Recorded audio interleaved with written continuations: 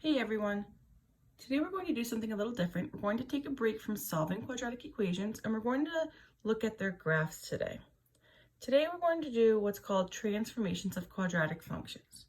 So at the top of the page here, the first transformation we're going to learn is called a translation. A translation is a change in position of a figure either up, down, left, right, or diagonal. Adding or subtracting constants in the equations of functions translates the graphs of the function. So here's my pencil. If I were to translate this pencil, I would either just have to go up, slide it up, or I could slide it down, or we could move it side to side. That's what a translation is. So we're going to be doing that with a quadratic function. In a quadratic function, when it's graphed, looks like a parabola in the examples below. These two boxes are going to be really important on the front. So let's first take a look at the box on the top. It says the graph of g of x equals x squared plus k, translate the graph of f of x equals x squared vertically. So our parent function is going to be f of x equals x squared. That's like the one that we're going to compare all of the new graphs back to. And if you look down here, here's our parent function right here. This is what f of x equals x squared looks like. And g of x is going to be the new graph that we're given for every problem. So let's go back here. It says g of x equals x squared plus k translates the graph of f of x equals x squared vertically. So this top box vertically, we're either going to be moving up or down. It says if k is greater than 0, the graph of f of x equals x squared is translated k units up. So greater than 0, a number greater than 0 would be 1, just to keep it simple. So in other words, if we had g of x equals x squared plus 1, it's greater than 0, so it's going to be up. So plus 1 on the end is going to translate it up 1 unit. And then it says if it's less than 0, it's going to be translated down.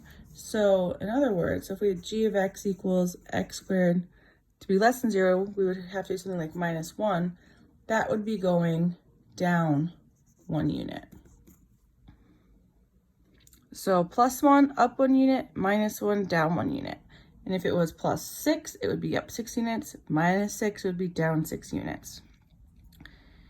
The bottom box. It says the graph of g of x, and if you look in this one, we have parentheses.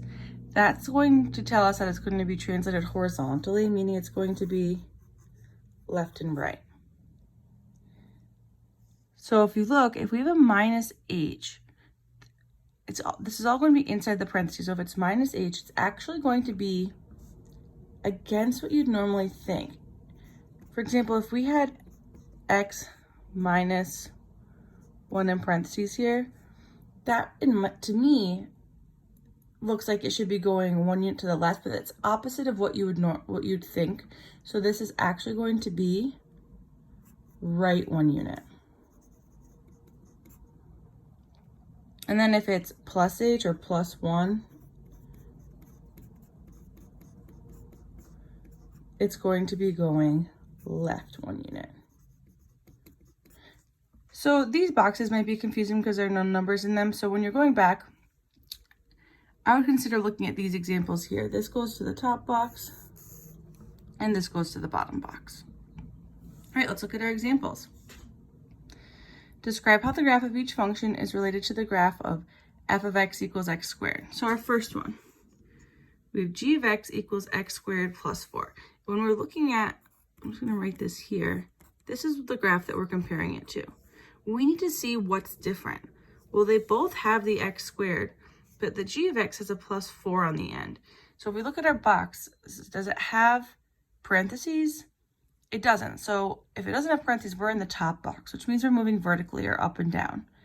And it's plus 4. So look at our examples. We have plus 1 and minus 1. Plus 1 is closer, and that when it was plus 1, it was going up 1 unit. So if it's plus 4, it's going to be translated up 4 units. And this is what that looks like.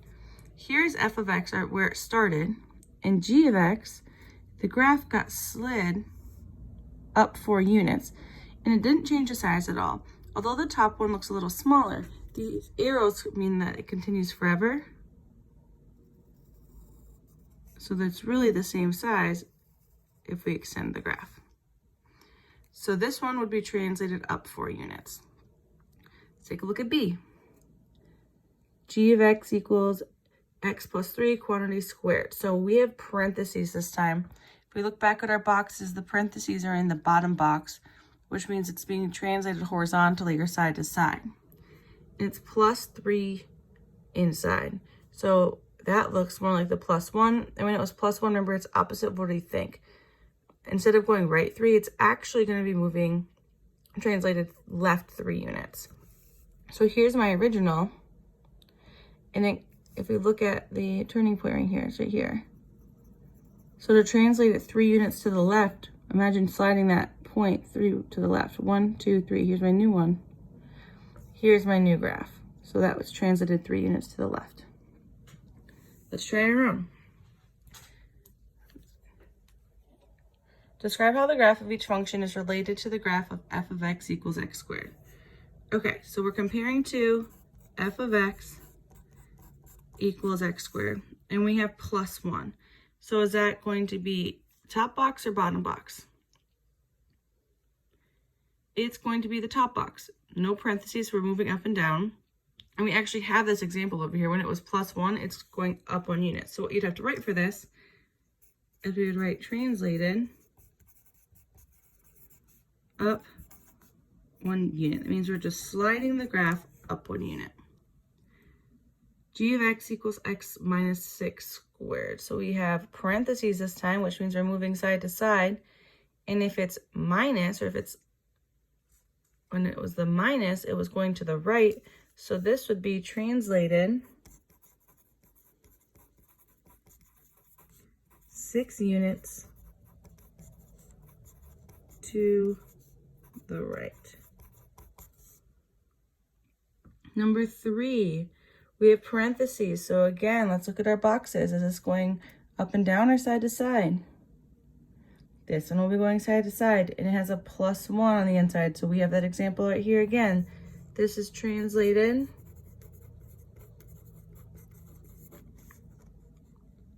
one unit to the left.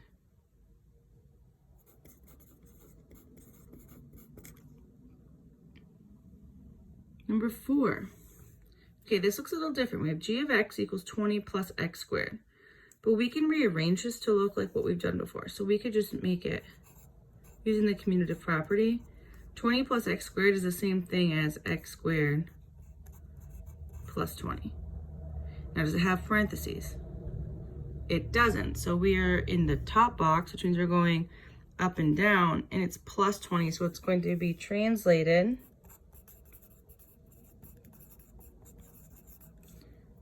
20 units up. Again, we can change the order here to look more familiar to us. So we could change it to g of x equals, but we have to remember to keep the signs together. So if the 2 is negative, the 2 always needs to be negative. And if the x is positive, it always needs to be positive. So I can put the x first, but make sure it's positive. And then I have to make sure I put the negative with the 2. So we have x minus 2 squared. The parentheses tell me it's moving side to side, and the minus 2 tells me that it's moving to the right. So I'm going to say translated 2 units to the right. And the last one. Again, I'm going to change the order. So g of x equals, instead of negative 1/2 plus x squared, I'm going to make it x squared minus 1/2. And there are no parentheses, so I know it's being moved up or down. And this one is going to be translated, well, it's negative, so it's going to be going down. And it's just 1/2, so it's down 1/2 unit.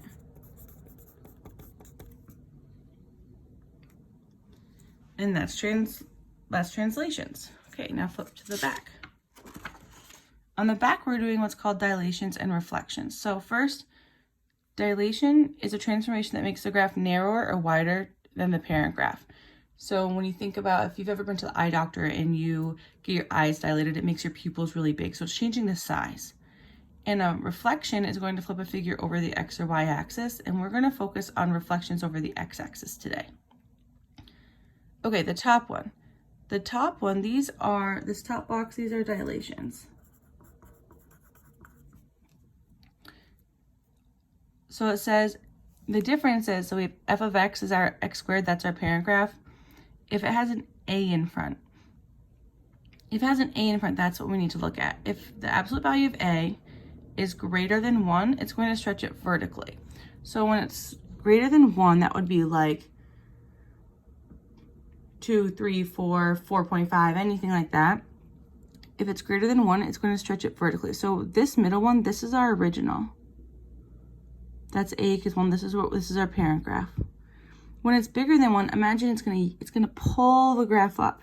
So this one right here is that a is greater than 1, and that makes it, we'll describe that as saying narrower.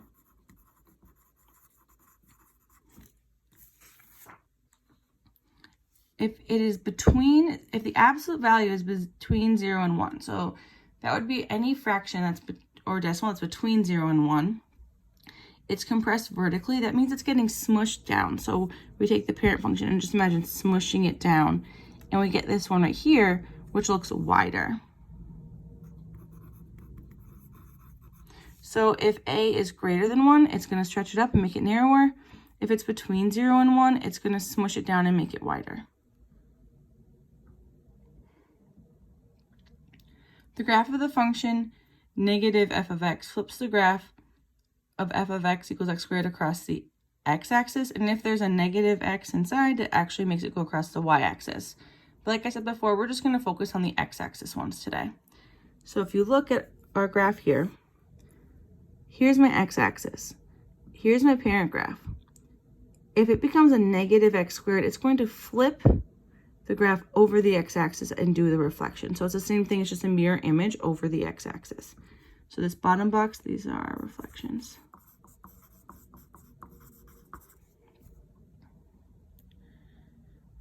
Okay, now let's skip down and go to the examples. Describe how the graph of each function is related to the graph of f of x equals x squared. So again, we're comparing it to f of x equals x squared. That's our parent graph. Now, look at number 1. We need to see what's different between this and the original. Well, we're going to go step by step. So first thing I see that's different is it has a negative sign. And when it has a negative sign, that's one of our reflections. So that negative sign tells me that it is reflected over the x-axis. And the other difference I see is this 5. The 5 is a dilation. So now let's see, is the absolute value of this negative 5, so we'll just say 5, is it greater than 1 or between 0 and 1? It's greater than 1, so it's stretching it vertically, meaning it's pulling the graph up, which tells me that it's going to make the graph narrower. So it's like this one here on the very inside. So what I would use to describe that is I would just say narrower. Number 2, again comparing it to f of x equals x squared. So I see a negative sign again, and just like last time, that's a reflection. It's going to flip it over the x-axis, so I would say reflected over the x-axis. And then also it's a +1, but it's inside parentheses, so this goes back to the front of the page. If it's +1 inside parentheses, here's my parentheses box. It's moving side to side. The plus ones go to the left, so this one would be translated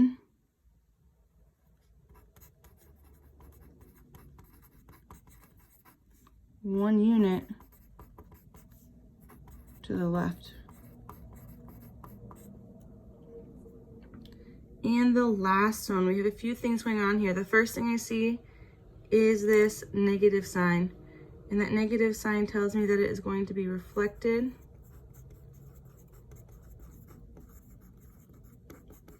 over the x-axis. It also has a fraction here. It's 1/4. Now, is that greater than 1 or between 0 and 1?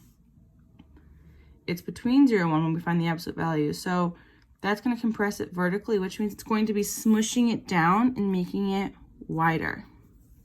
So we would just use the word wider to describe that. So we've taken care of the negative, we've taken care of the 1/4.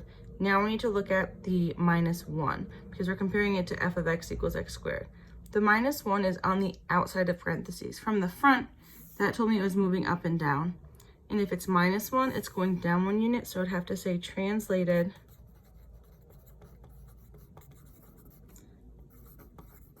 down 1 unit.